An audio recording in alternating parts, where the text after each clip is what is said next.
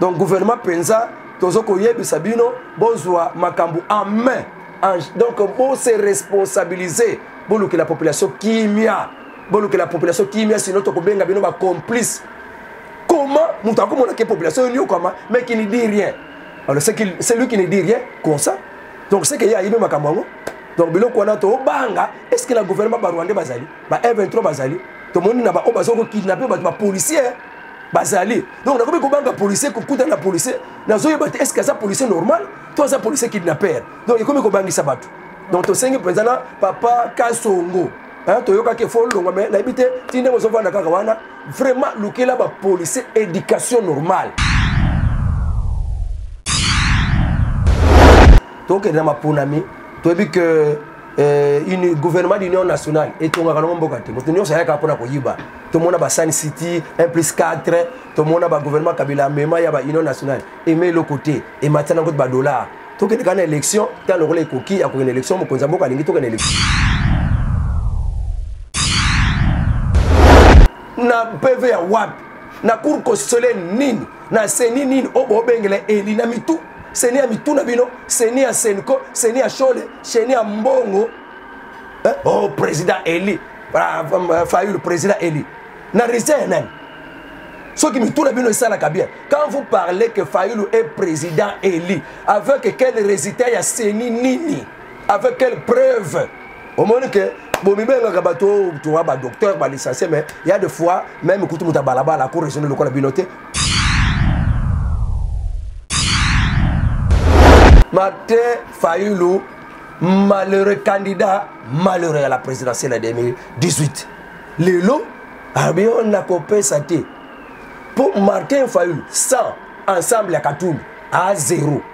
100 MLC à Bemba, à 0. Ça bande konyo suwana bakimba ye ba muzitu à 0. Muzitu akimie, Bemba kimie, Katumbi akimie, sikoye moko atikali et que Covid, coquille vide. Parce que c'est des ils parti batu bazate. Loko atikali wana Katumbi single pressa. Kuna pe batu bakeke na bango.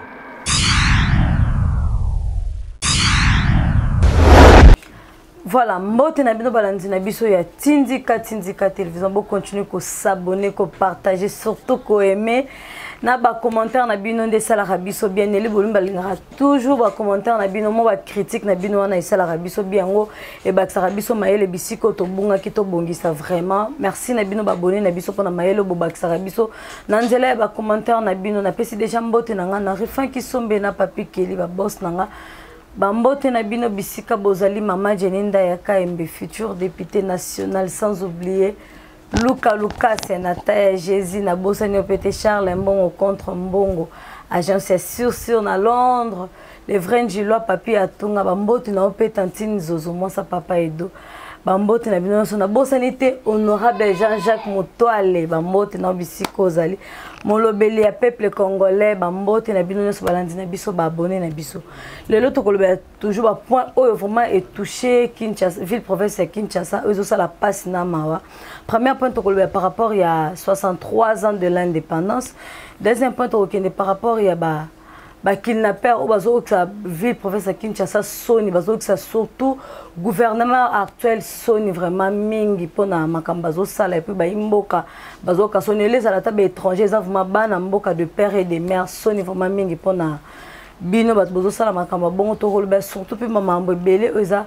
ba question d'actualité pour la République démocratique du Congo nazapenga moko te na plateau nanga etindika naza mona mwana mboka bino so boyebi malgré to zo moi kala les autres yeux les sous poto solani par rapport à la question d'actualité na pesi invité la ngambote poto solani mbote moi manyanga mbote maman journaliste Nelly moi mikolo bandaki ko travailler mais ma mikolo ba faire les gars qui trop mais lelo na monique faut ka tobeta suma solo na maman journaliste Nelly oyo abiso moko na kati ya Tindika télévision na sepeli mimita lelo to beta masolo ya mboka parce que politique ata ukimi yango politique et kotali la yokaka vraiment moi ko to na santé ça te poto zo mona déjà santé en forme oh santé ça beta ko ba dollar ngo mata mais nzamba batela biso kaka nzamba batela biso parce que bible lobby so da tonga ndako atongi kaka yemoka aloki nzambe te atongi yemoko na pamba soki moto abatela engumba asose nzambe te abatili na pamba yango biso tobundabunda kaka na association nzambe kaka olamuki nzambe sunga ngai kamba ngai esili soki otali kaka bato bakuna mabumu na bango ya pasi nzambe kaka nde totalela nde a partir ya ye nzambe elongo ezali na amelela nga vitamine to baomela bato mosusu imonene vitamine ameli vitamine bakongolais mais oyo ya biso ya papa Fati Beton kofula kaka mwa afulinga kaka mwa mopepe na ye gayar ya papa Fati Beton ye nango kaka kaka nde nazolobele kaka boye nazwa mwa onction na ye vraiment oui moi manianga toke par rapport à la question na biso tozolobela surtout par rapport à 63 ans de l'indépendance.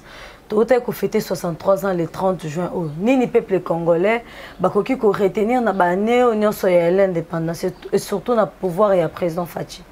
Merci beaucoup maman journaliste Nelly pona mutuna na yo ya solo mboka na biso Congo et comme na 63 ans. Banda tozui indépendance mais ya liboso ya koyeba ke bato ba pesa biso indépendance yango ba pesa biso yango na ndenge ya motema mala mote bango moko ba pesi mais bango moko ba yaka susu pona ba vandela ba nyokola ba tungisa afin que to bana ko sepela te na indépendance na biso kaka lolenge papa loba Saint-Père aloba bolongola maboko na bino na RDC eza mabele ya ko dévaliser te.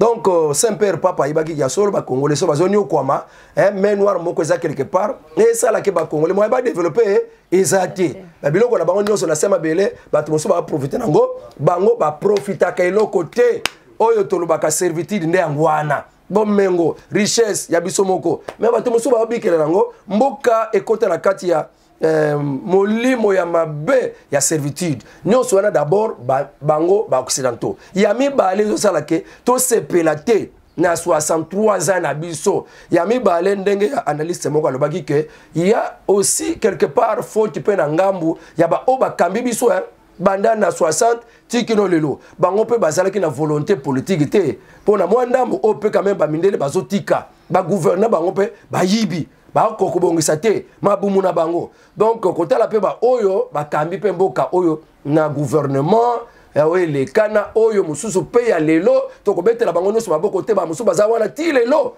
baka pona ko nyokola mboka batongi bandako na poto bali basi me batiki mboka Congo na kati ya pasi ti lelo to lela ndenge toza wana donc kotala pe na ngambu mususu ba ope totiaki confiance ke bakamba biso bazalaki pe bato malonga te baaki bato à la place qu'il faut te ka ndenge Noël Tchani alobaka mettez l'homme qu'il faut à la place qu'il faut donc et salamaki te côté wana pe penza tokopesa pe mbeba kaka pa ba colonisateur te mais tokopesa pe mbeba et pa ba oyo bakambaka biso na régime na biso 63 ans penza papa Fati Beton nde azokolinga koya kolakisa biso mwa esengo kotala ndenge armée na biso ezozonga ndenge penza ezalaki ba commando ba parachutiste elengi ya kozala na kati ya mboka po tozala na bato bakobatela biso mais tozalaki na bato oyo bazake obanga kuluna obanga pe soda obanga kuluna obanga pe policier mais papa Fati Beton aye kozongisa biso na mwa espoir ya kozala pe bato na kati ya mboka Congo oyo tozalaki nango te armée beba surtout na ta Kabila ou aleki Kabila mwana mais mboka Congo enyokwami armée ezalaki te défense ya mboka ezalaki te donc pona kopesa mwa analyse na ngai réellement ba colonisateur ba boyi kopesa biso indépendance yango donc tozana nu indépendante poti lelo mutu akoma président na kati ya Congo fo uta nano Amerika fo ba pone nano na France fo ba pone nano na Belgique po ya kokoma président soki na biso kaka moko po koma président ba kondima yote donc c'est que on n'est pas encore indépendant on est encore colonisé président wana ba kotinda ba koyoka ba dictat na bango akoyoka ba dictat na bango soka yokite ba longoli un point kolobake on n'est pas encore vraiment indépendant économiquement donc il y a catastrophe donc la côté wa mbongo économie et ça pensa dominé par bango économiquement on n'est pas indépendant même politiquement on n'est pas indépendant donc to ala pour ça vraiment indépendance to senga ba mindele batika mwa boko na bango likola biso batika économiquement politiquement to zo indépendance na ope bazo kamba biso esengeli justice ya malamu esala bakangela kabiso ba onyos bazo yiba Etienne atikala kolobake mboko ezobeba pona moyibi yango ebebisi mboka que moi to vivre esengo ya indépendance ezate wana mo analyse na ngai ngwana voilà moi la manière to kende le bi mo analyse no par rapport à 63 ans de l'indépendance mais jour to koksa ki 63 ans on a président Félix ya sala ki moi discours nae puis Martin Fayulu a mi benga ka président Eli a sala ki meeting nae mais ex-président Albaki a osala meeting mais to mona ki a sala ki angote nini ba imboka ba kongomani ba koki retenir na ba discours wana ya président Fachi et puis na Martin Fayulu président Félix Tshisekedi Chilombo Fachi Beton Mukwantombolo a sala ki discours mais il a martelé qui sur problème ya nzala na biso kuna na kati ya journal ba comment que le président Félix Tshisekedi appelle le gouvernement à doubler les efforts pour limiter les effets néfastes sur le panier de la ménagère. Albi motema na ngai eza penza na pasi ba Congolais à reconnaître que ba Congolais bazonio comme bana pasi kolia na bango eza pasi. Président a reconnaître qui yango le 30 juin na discours na ye. Peut à instruire à pessimitindo parce que toza na kati ya régime semi présidentiel. Gouvernement de mutu fasala. Ayebisi bango bo fournir ba effort peut-être moi panier d'émergère et ça la bien. Tout son bon quoi bien, tout se paye la paix, moi salaire paye ça la bien, t'as coûté les lotos lobaka, to utaki na katia budget 4 milliards, les lotos qui na budget 16 milliards, to ko kumi sango, mais ba militaire ba ko benga kanga ke salaire matité, ba enseignant kaka ndene zalaki salaire matité, siko mbongo wana na siko mituna, oye matisi so budget, nani mutu aliango, eke wapi, papa Nicolas Kazadi, il faut ayebisa biso côté finance, na mutu a budget wana, ce qui va bien Élysée beaucoup moins. Pourquoi batubako lela kaka tangu dollar des hommes mata c'est que biloko est mati inflation wana et les salaires restent intacts et zo lelisa batu et zo lobisa batu et bako finga kama konza mboka biso siko toyoka kaka balo bakamabe pa papa et ça la kabiso biente yango ngatango na yakawa na yebisa kabango aki les droits o ya koko bongo lisa makambo akoko changer makambo aningana. Bah salaire il faut un matin. Pas militaire, tout côté de militaire, mon cas soit $100, un député $21 000. Ça c'est inimaginable, inacceptable, na mboka na biso incroyable. Au jamais de la vie. Donc aussi pour dangote. Militaire ils ont battu la mboka. Policier, à comment le kola kuluna. Tout la salaire à policier. Papa Fatime tout temps le policier faut soit $400. Tant papa Fatime tout le pouvoir. Mais jusque là $400 est à la carte. Alors qui bloque, qui freine? D'ailleurs, vraiment, papa m'a constaté, mais c'est là qui est marre, tant qu'on peut ce discours. Ayo qui passe à bas Congolais, ayo ce gouvernement, bon alléger passe à bas Congolais. J'appelle au gouvernement à doubler les efforts pour limiter les effets néfastes sur le panier de la ménagère. C'est quoi Yoka Fayulu? Fayulu, on a makamanzalati. Il y a un discours le 30 juin pour benga kaye président Eli. Pour y bimisa na Seniko. Seniko de Seni na ye.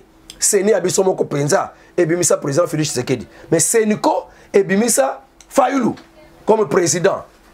Mais biso Etienne Tshisekedi.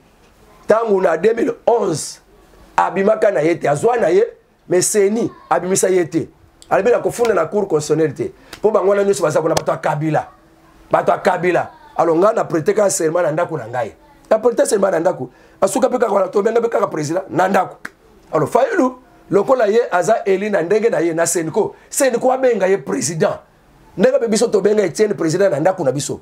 Bango pe aza Eli na Congo te. Ba oba lo baka Fayulu président Eli ba ni tout et ça la bien. Président Eli parce qu'il y a 62,11% ya réussite. Tout na bango. Résultat wana bozu yango na France. Résultat wana bozu yango na Seni to résultat wana bozu yango na wapi partout.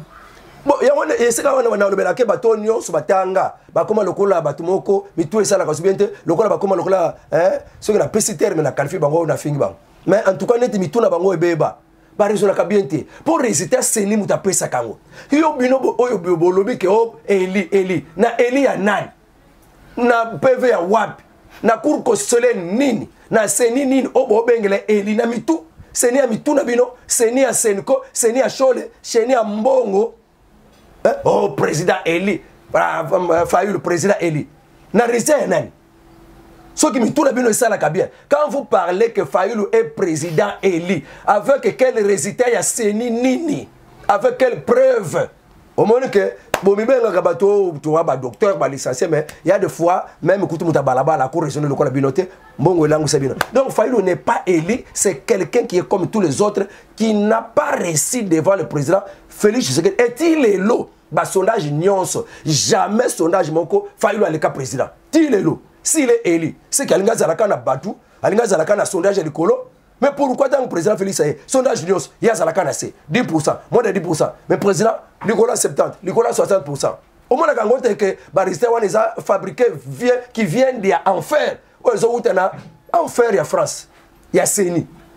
Donc ça, ce n'est pas normal. Il y a raison que Fayulu est un président élu. D'après quel Seni? D'après quel cours constitutionnel? Pour bien comme il balait, il peut s'arranger résultat il y a élection d'un pays où la CENI, confirmée par la Cour constitutionnelle. Maintenant, dans notre pays, la République démocratique du Congo, CENI à lobby, c'est Félix Tshisekedi Tshilombo. La Cour constitutionnelle a confirmé Félix Tshisekedi Tshilombo Yende Mutuazui. Alors, je ne sais pas dans quelle magie, maintenant, on arrive à dire que Fayulu est le président élu. Ça, c'est vraiment... vraiment... Voilà, moi maintenant, tout le monde pour un et tout sur moi mingi tout qui n'est par rapport à président. Là c'est bien le rapport on a dit. Président Eli Martin Fayulu. Président Eli Martin Fayulu candidat de Chibabe na kutu mutu azuite babe nga rena. Un candidat malheureux. Donc ben un candidat malheureux. Non non. Voilà yonde on ben un candidat malheureux. Ngana e bien moi mi ben un président Eli. Bakongomani bazomituna bazolo bakoma ça fait timoto ami bengaka président Eli yenda a longa na élection en 2018 lelo o azokima mapona mi en 2023 Dalanan Martin Fayulu malheureux candidat malheureux à la présidentielle en 2018 lelo abio na kopé saté pour Martin Fayulu 100 ensemble à Katumbi à 0 100 MLC Bemba à 0. Sabande konyosu wana bakimba ye ba muzitu à 0. Muzitu akimie, Bemba akimie, Katumbi akimie, sokoye moko atikali et que Covid, coquille vide. Parce que c'est des ils a parti batu bazate. Loko atikali wana Katumbi single pesa. Kuna pe batu bakeke na bango.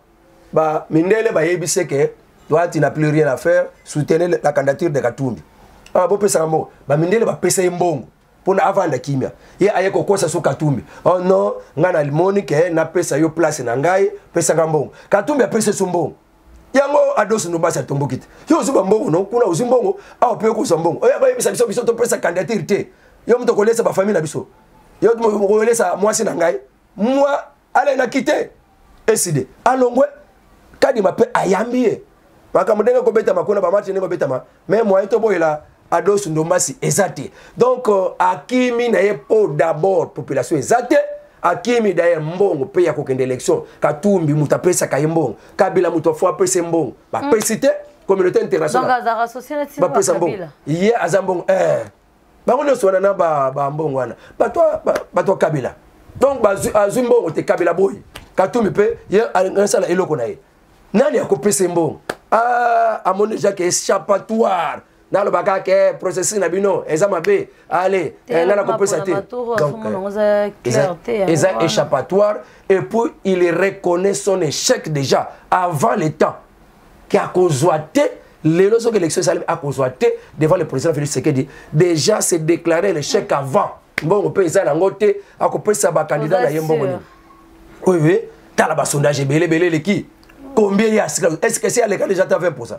Il y a Katumbi na ye, Katumbi azaka likolo na ye. Na ba sondage. Donc il y a président za ilo côté pamba que pamba un Camerounais sénégalais. Na kamba ba Congolais bazaka sima na ye. Un étranger. Hein? Tolongoni Kabila, tous autres étrangers. Ah là, c'est Koko Isamibe kwa Bible, Deutéronome 17, 14 à 15. Pourquoi ba kota na mboka wana? Boluka mutu makila na bino, pas un étranger. Pour kamba bino. Et RDC, soto pambolama. Attention na kata choix. Yango mona ba Congolais. Ata moko président Félix hein de moi mutu moka ibisanga ata ala ba erreur na ye mais tout le monde rappelle mutu musu pe azate donc congolais wana alobi ke malgré moi ba erreur ezana ngo pe pas président Félix Tshisekedi mais to mona kana biso te na katumbi na bango nyonso to mona ka wana to mona ka pe mutu te ata matata to mona ka kutu nani te donc azala kaka donc on déjà que président Félix ana na conquérant te ne gazo tikala wana ane kaka ye moko donc aza déjà ya koleka aza ne élité na biso akimine donc akimi déjà foot avant mbongo ya te voilà moi la tozo kende na maponami eza kala te dans quelques mois awa tozo kende na maponami mais ndenge tozo ozomona te ke ndenge tozo kende na maponami c'est comme si lisanga union sacrée ko kende kaka yango moko na maponami ba parti muso ko kende nango te oui pour PPRD alobaki ke ba lozolo ba ke ozomona maponami ya tour eza clair te fichier nango za flou au moins déjà que ceux qui mutu ayebi déjà que mazembe aza makasi nga lokola vutuka soki ya bandundu soki vutuka ya wapi oko déclarer forfait avant pour kolinga te okende koyoka soni ya 100 par 0 donc au moins déjà que équipe wana beta équipe ya makasi trop donc ba aluka échappatoire pour ba déjà que défaite yango bazoko créer ba insécurité pour na ko déranger pour bazana makanisi ya dialogue pour ba yebe que soki tokena ba élection Franck Diongo alobango na audio na ye o atindela ka escader là. Si seulement par les élections, Félix Tshisekedi ne partira pas. Nous devons un coup de force pour la Kolongolaï. Franck Diongo Nobakiang. Pour la Bango, il faut coup d'état. Ou bien notre forme va qu'il y ait dialogue. Il y a un manœuvre. Tant que solo là. Mais monsieur Tazol non, là on a bien un fichier électoral et ça m'a bien corrompu. Bon ataye moko mona manyanga étant que communicateur, analyste politique au la rappel makambo. To ke na mapona mindenge nini tandis que ba carte électeur ba kombo ba tunyo so c'est longwe, ba bilongo c'est efface mais to ko voter ndenge nini tandis que ba carte za suna ba kombo te. Koto na papa Kadima lobi que ça problème ya sénité mais donc ça moi inexpérience ya ba oyo bazwa ki pona ba manier ordinateur, bazwa ki penza tenter ya ko ya kovandisa makambo yango tozo kende mbala moko mbangu tozo ba carte d'identité je couvrir makambo belé déjà ba komi ko douter la carte d'identité pour carte d'identité wana eza na fiche moko ba remplir wana fo yeba kombo na yo komba mama na yo tokena mama na yo kombo ni nani papa na ye kombo papa na yo kombo ni nani allez mama ya papa na mama ya mama na yo papa ya mama na yo toke kota papa ya papa na yo mama ya papa na yo osoko yebi bango te mboka na bango c'est que yo ozwa carte ya identité te donc ti ndenge ozawana bande ja kotuna kabakoko ya bazana mboka mama yo nana bota yo hotel na papa na yo na bongo suko bango ba papa na bango ba mama na bango o mituna la kapo rubrique eza kuna na makamba seni alors moi fil de fête ezali côté wana penza eza encaissé bona ba carte batu musu penza photo nyonso elongwe yango baka di mazo ko sala étude pona koluka bako fongola ba mususu moi ba pose mususu bakende ko zwa ba carte o babungi sito o bazana effacer bakende ko zwa ya sika bana makamunyo so papa kadima azoko étudier yango bako sala la bango peut-être par commune moi place moko boye bakende ko zwa ba carte électeur pona biloko mais o biso to ko pesa candidat à partir de bisika tozo pesa la ba candidature bureau ya kosala ba carte électeur ezawana soki carte no beba ba sali liyo mususu kaka directement na bureau ya isika to pesa ba candidature wana za problème te pour la population ba kosali la bango ba ko fongola bango bureau na ba commune na bango na chaque commune pona ti toke na maponami eleka to tika la ba carte d'identité donc ekoleka nango bien mais tout le monde ba PPRD ba loba ki ba kokota te belé ba zu ba carte électeur te mais ba OP SID sous ala ba kokota te mais Katumbi alobi akokende c'est ça na lobby akokende mususu wana pe na kati ya matata mpona na lobby akokende donc ezaka kate ke biso kaka tokokende kona biso bato ya union sacrée ba musubi bazali et puis ezaka kaka union sacrée à part ba opposant hein mais na kati ya union sacrée ba musubi bazala bango na union sacrée mais baza ba parti politique ba sali pe ba regroupement na bango en dehors de union sacrée il y a aussi de ces regroupements bazala bango naître bango pe ba kokende ba élection bazali na ibi déjà bango baza ebele balibinga na zana union sacrée ngana zana union sacrée donc beaucoup de regroupements ba boy na bango kota na union sacrée mais ils soutiennent le président de la République quand même mais ba boy na bango kota na union sacrée ba ko kende pe maponami donc makamunde eza bongo mama journaliste.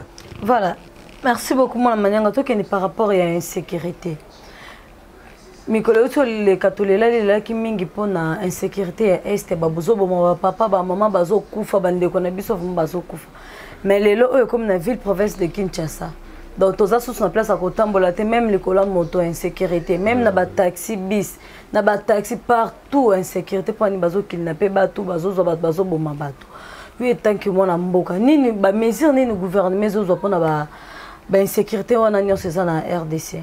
Merci, Maman Nelly. Provincial, gouvernement provincial, on va qui kozwa makanis. Côté gouvernement provincial, la biso qui sasa, bango bamonaki ke, to matanga ba camion oeza, ba vitre nango noir. Donc zo mona na te, bana baza na 4. To éviter komata na ba mituka wana, et puis mituka wana était ambulaté. Ndenge ba lobi ono, kokota kapé na n'importe quel transporté. Mais police à lobby bango moko na province de Kinshasa ba mituka nyonso ezaka na ba numéro fallait bazana na fichier moko boy pour ba yeba ka connectiver mutuka oyo ezo sala manœuvre mutuka ezo sala manœuvre ezala ka nani parce que tango nga na ke na hôtel de ville na ke côté sa camion nga numéro na ko komisa na nkolo ya mutuka wana pona ko repérer nani mutuka oyo ezo sala ba désordre ya nani mais police a ke na kati ya hôtel de ville aluka fichier ya mituka ezate. Mais bino bopesaka ba numéro ba plaque ya ba mituka ndenge nini c'est ça. Donc yango ozoma na kembongo baliaka kibudi wa teki ba plaque na ndenge na ye wa teki ba plaque na donc liste ezalaka nango te fichier ezalaka te ya bato basombaka onkolo mutuka onkolo nango tel mutuka onkolo tel plaque oyo ya tel ezalaka nango te donc soni na hôtel ville na makamba boy sikoyo okoyeba kosala ba recherche ndenge nini ke mutuka oyo eza ya papa tel leo to kokone kukuta na papa wana papa mutuka eza ya metala makambo ezo sala ye mutuka ya psychologie mutuka aussi ba yibango to mutuka eza yanga donc bato ebele bakokangama parce que ba homme politique ebele ba cité ba sombi mutuka ba ketu na ba tiango jaune ba tie ba plaque ba bandi ko sala ba opération ebele ba cité na régime ya kala régime o eleki ebele ba cité ba sombi mutuka wana pona ba opération ya kidnapper ko kidnapper zeli ko enlever batu ko ngene ko longola bango ba rein vraiment biloko wana na monete na image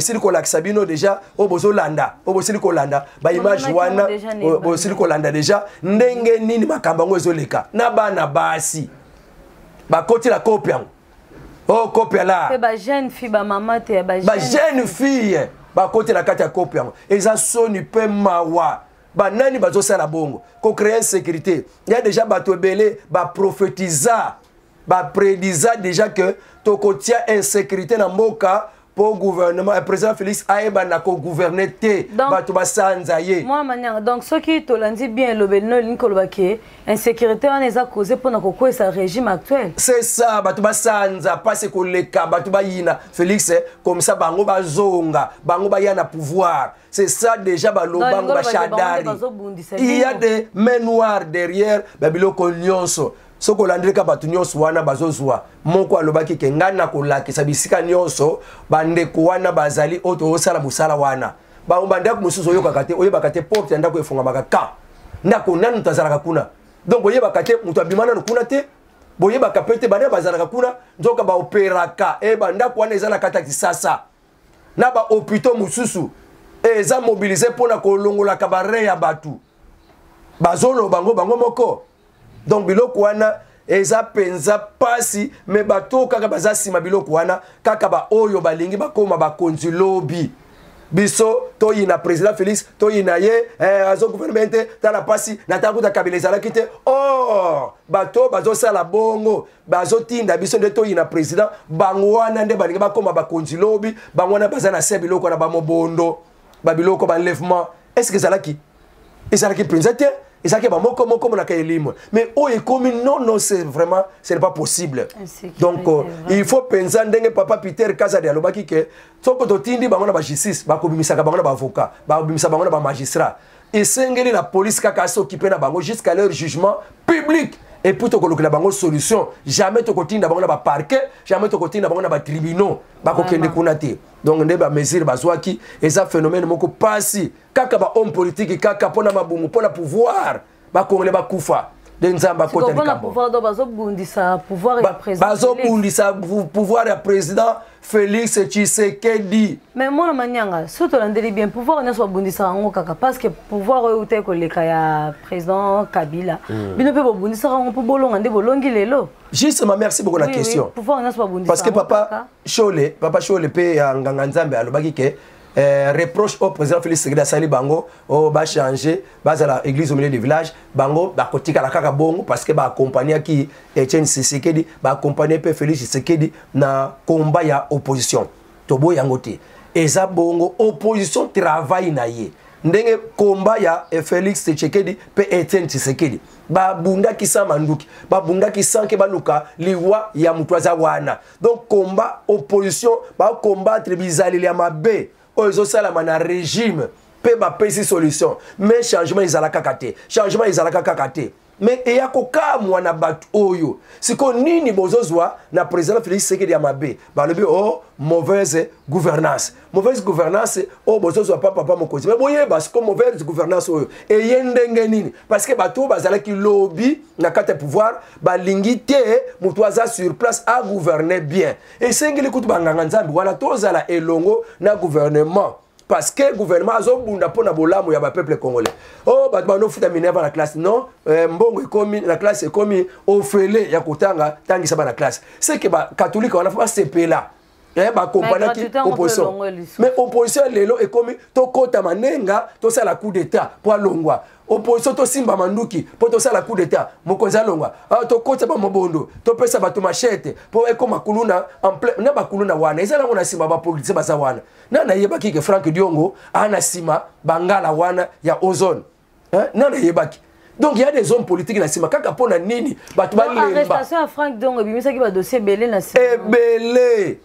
Bakanga ki bangala babundana ba di progrès bakangi bangala wana ba groupe ya bangala ba ekofunda ke muta alimenta kabiso kolona na biso et ça ne Frank Diongo. Et ça passe biloko ndé wana pourquoi Frank Diongo aloba déjà que na élection te photo luka kaka coup de force moko nde biloko wana bazo combattre président Félix mais bazo nyoko na biso esika banzoko babundaka eza matiti mutanyo kwa maka donc biso population to fonga mamis que soki bino siko bolingi kebo ya ko gouverner biso mais le besoin nyoko na biso pona nini ezaka lokola ba M23 aho to lingi to ko bongisa Congo misika ba vandeli ba violer ba boma population à côté bino confiance ndenge nini bien kimia to yebake ya solo président azosala mabendenge et c'est na sala ki yango azolo ba mabe ya Kabila azolo mabe ya Kabila atala azosala arene bien te tala mais kokende sikona likopa ko sala manœuvre coup d'état opposition ko sala ngote Etienne Tshisekedi sala ki ngote et ba ambongo ba catholique accompagner ki Etienne na coup d'état te mais lelo beaucoup de sima opposition azolinga ko sala coup d'état azako solola na M23 ba kolinga ba sia insécurité ba muzitu balobango ba shadari balobango ne bango wana siko biloko no sozomona lelo po kaka ko déranger gouvernement ya Félix Tshisekedi po azwate balongo na ba bindele président akangi batuna bango bazo vimbisa na mabumu yango kanda na bango alongwa kaka lelo mukwega komi candidat ba américain nani oyo Katumbi akomi candidat Union européenne yango wana bitumba sikoyo oh biso totinda ba observateur nini azaje na candidat maboko États-Unis ayena ba observateur azaje na candidat maboko yo kasi bango bakomi ba seni na ndenge na bango avant que seni na biso pesa résultat yelo kola za na candidat akomisa oya yete Union européenne akomisa oya ye po bango bazalaki ngai namoni oya bimi bakotia confusion na mboka bakotia mobulu na mboka ale bato bakokufa ale kokoma boya buvanda gouvernement d'union nationale mais bato bakufi to biloko wana tozolinga te politique ya Union européenne na États-Unis sur le président Félix Tshisekedi en tout cas yango te to luka ba peuple congolais to lamuka to bake bato wana baza pona biso te ba politiciens nyonso wana baza pona biso te ba pona mabumu na bango ya moto sabe la nzamba tina biso ba policier bien lokola président Félix Tshisekedi il a la volonté politique pour na mboka Congo ebonga mettons-le confiance donnons-le confiance la réussite et kozala pour na mboka Congo le Congo oyo et kozala ka pour na ba congolais. Merci maman journaliste. Merci na yope mwana manyanga merci na minope balanzi na biso bozala ki toujours branché libosa betando ekena bino kolanda toujours information ya tindika télévision na nzela ya Nelly Bolumbe. Mwana manyanga tokomi na suka émission na biso moi malobano ya suka pa bakongomani nyonso bazolanda biso surtout pour na gouvernement mobimba o basimbi penza ba kidnapper wana na maboko message ni okopesa bango. En tout cas, merci beaucoup pour la population congolaise. Donc, il y a ma ponami. Tu as dit que le gouvernement de l'Union nationale est un grand nombre de gens. Nous savons qu'il tout le monde a San City, 1+4, tout le monde a gouvernement Kabila, mais il y a l'Union nationale. Et mais le côté, et maintenant, il y a des dollars. Donc, il y a une élection, il y a une élection, il y a une élection, il y a confiance dans ma ponami, il y a la manipulé, il y a une élection.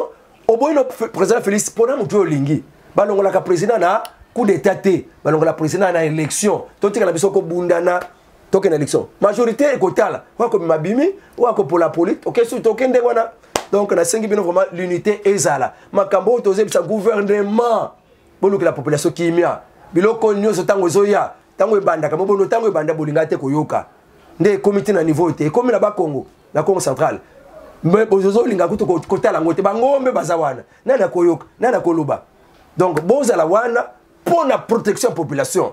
Donc, le gouvernement pensa, Tozoko Yebi Sabino, Bozwa Makambu en main. Donc, pour se responsabiliser, pour que la population kimia, sinon, Tokobenga Bino va complice. Comment, Moutako Monake population, mais qui ne dit rien. Alors, c'est lui qui ne dit rien, comme ça. Donc, c'est qu'il y a Yébi Makambango. Donc, Bilo Kwanato, Banga, est-ce que le gouvernement Barwande Bazali, F23 Bazali, tout le monde n'a pas kidnappé, policier. Bazali. Donc, on a comme un policier, on a un policier, est-ce que c'est un policier normal? Toi, c'est un policier kidnappeur. Donc, il y a comme un sabat. Donc, tu sais que papa Kasongo, tu as que faut mais l'habité, tu n'es pas vraiment, le policier éducation normale. Pas ça la protection civile, sans quoi vous avez vraiment 0 sur 10. Isengeli kosala musala wana ni mwa batolina nga pona bino bozala bisika bozima kokia kosala bisika po lobi okozala pe kaka mutu pamba lokola ngai mais tango oza wana profiter le temps sala tika ba trace lobi bako lobela yo pe ozongi numéro na téléphone plus 243 89 92 51 866. Merci. Voilà, merci na yo pe mwana manyanga, merci na bino balanzi na biso.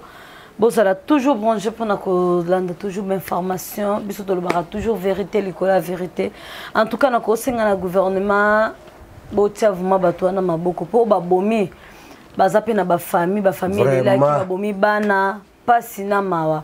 Surtout pas VPM intérieur, Peter Kazadi, Matista plus sécurité vraiment, ba policier non vraiment ba kosala musala pour la sécurité venant ville province à Kinshasa.